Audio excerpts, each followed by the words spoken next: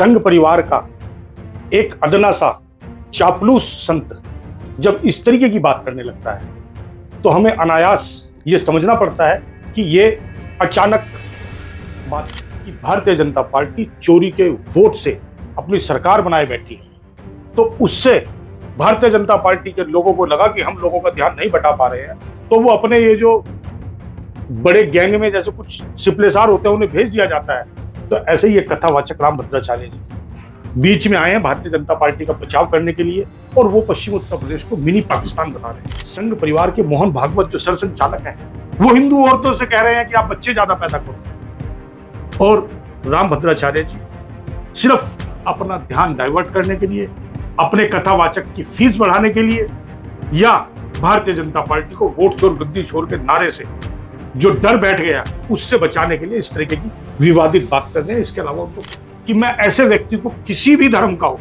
संत नहीं मान सकता जो मानवता के विरुद्ध बात करता हो। संत वो है, संत शब्द की अगर हम व्याख्या करें जो भाईचारे की बात करता हो, जो विवादित बातें करता हो, जो लोगों में घृणा पैदा करने की बात करता हो, वो संत नहीं हो सकता।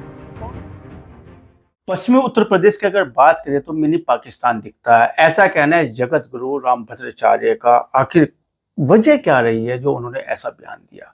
पश्चिमी उत्तर प्रदेश जो सुहाज के लिए बहुत अच्छे से जाना जाता है, गंगा जमुनी तहजीब यहाँ पे जो है बहुत पारंपरिक तहजीब है। हिंदू मुस्लिम सिख ईसाई आपस में बैठते हैं, वो रिवायतें आज भी जिंदा है। लेकिन रामभद्राचार्य ने ऐसा बयान दे दिया, और वो यही नहीं रुके, बोले कि जो है उत्तर प्रदेश में या पश्चिमी उत्तर प्रदेश में हिंदुओं को न्याय नहीं मिल रहा है। इससे आगे एक कदम और बढ़ा दिया, इस्लामिक महिलाओं के लिए बोल रहे कि 24-24 बच्चे पैदा करती हैं इस्लामिक महिला। वो तमाम चीजें उन्होंने कही, किसी से छिपी नहीं, सोशल मीडिया पर पूरे वायरल हो रहे हैं ऐसे बयान। हम इस बात पर पूरी चर्चा करेंगे, बात करेंगे, विश्लेषण करेंगे आखिर रामभद्राचार्य ने ऐसा बयान क्यों दे दिया जो पश्चिम के लिए हित में नहीं है, और पाकिस्तान जैसा करार दे दिया पश्चिम को। हमारे साथ में एडवोकेट चंद्रजीत सिंह निक्कू जी हैं, बहुत सामाजिक मायने रखते हैं और बहुत ज्यादा जानकारी रखते हैं। बात करेंगे, चर्चा करेंगे। आपका बहुत बहुत स्वागत है। बहुत बहुत धन्यवाद आपका और आपके इस चैनल जीडी न्यूज का। वाकिफ होंगे इस बात से कि रामभद्राचार्य के जो बयान आए हैं लगातार 3-4 बयान मेरठ के इस भूमि से, जो क्रांति की भूमि मानी जाती है, शुरुआत यहीं से करेंगे कि ये पश्चिम मिनी पाकिस्तान दिखाई देता है। अखंड भारत की बात करने वाले संघ परिवार का एक अदना सा चापलूस संत जब इस तरीके की बात करने लगता है तो हमें अनायास ये समझना पड़ता है कि ये अचानक बात क्यों, वोट चोर गद्दी छोड़। जब जनमानस में ये नारा गूंजने लगा, जब जनता इस बात को समझने लगी कि भारतीय जनता पार्टी चोरी के वोट से अपनी सरकार बनाए बैठी है, तो उससे भारतीय जनता पार्टी के लोगों को लगा कि हम लोगों का ध्यान नहीं बटा पा रहे हैं। तो वो अपने ये जो बड़े गैंग में जैसे कुछ सिपलेसार होते हैं उन्हें भेज दिया जाता है। तो ऐसे ही एक कथावाचक रामभद्राचार्य जी बीच में आए हैं भारतीय जनता पार्टी का बचाव करने के लिए, और वो पश्चिम उत्तर प्रदेश को मिनी पाकिस्तान बता रहे हैं। रामभद्राचार्य जी का अगर ज्ञान अल्प है तो मैं उनका ज्ञान बढ़ाते हुए बता दूं कि इस उत्तर प्रदेश में जिस मेरठ की भूमि पर खड़े होकर के वो अपना बयान दे रहे थे, वहां के मुख्यमंत्री जी 7 भाई बहन हैं। उनके देश के गृह मंत्री, मेरे देश के गृह मंत्री अमित शाह जी 7 भाई बहन हैं।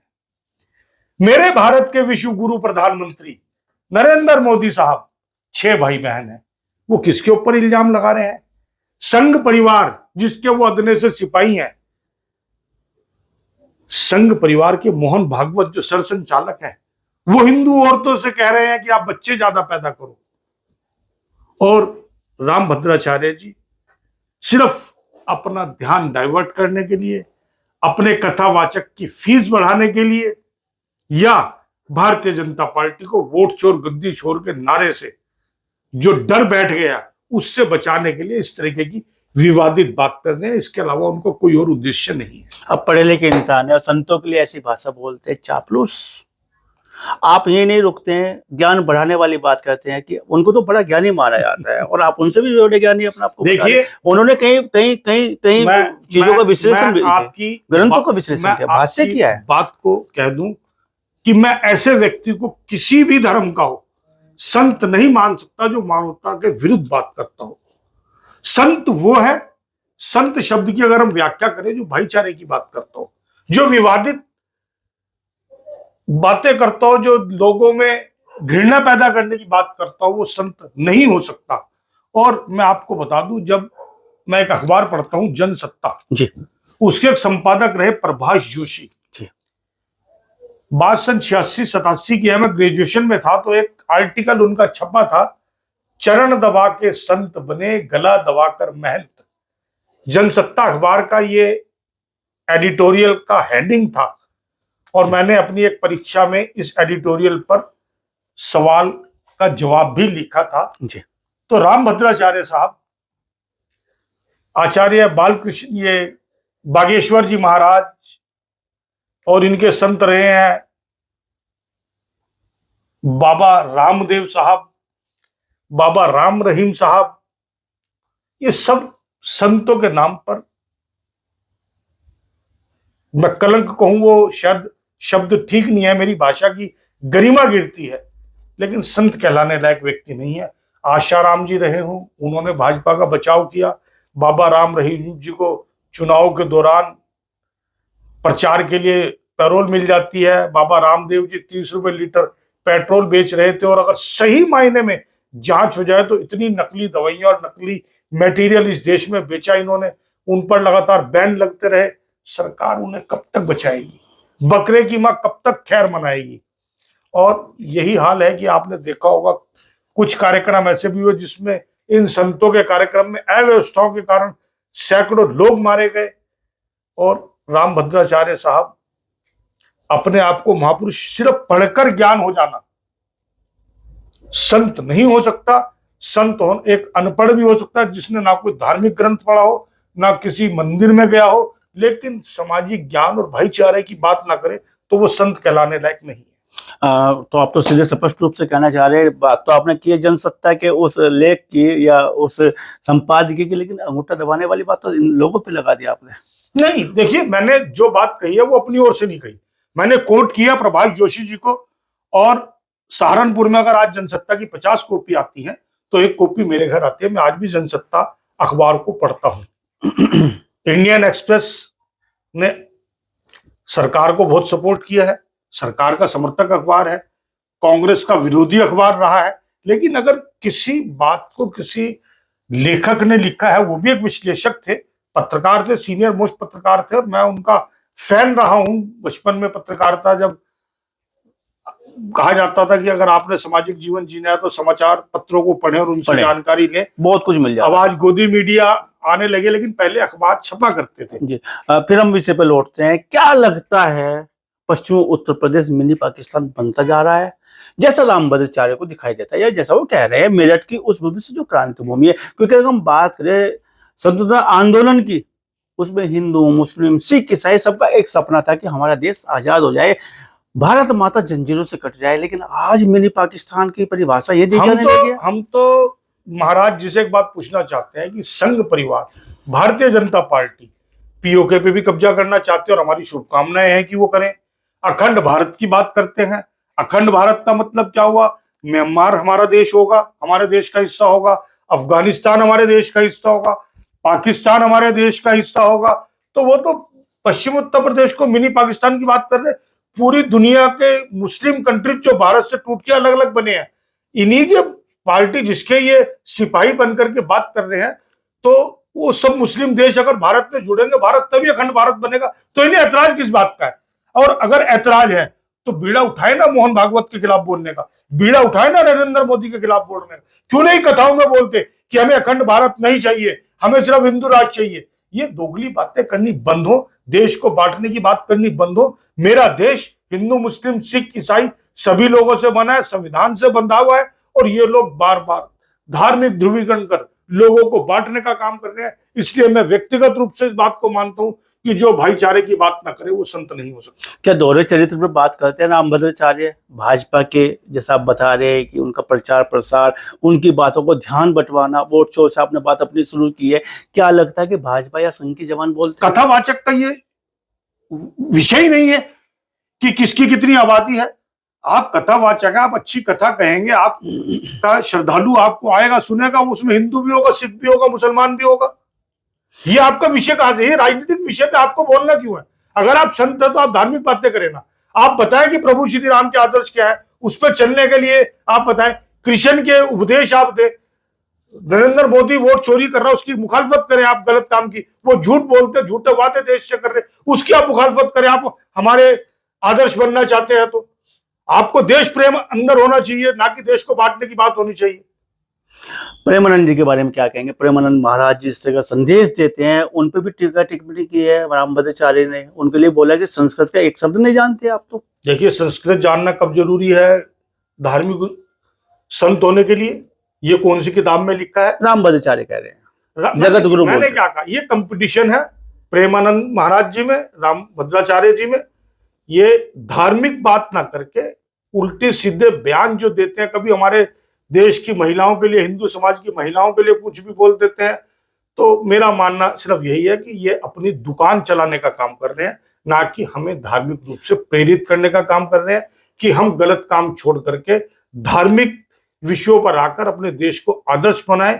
जो विश्व गुरु भारत हुआ करता था, उस विश्व गुरु में झूठ बोलने वाले के लिए कोई जगह नहीं थी, झूठे वादे करने वाले के लिए कोई जगह नहीं थी।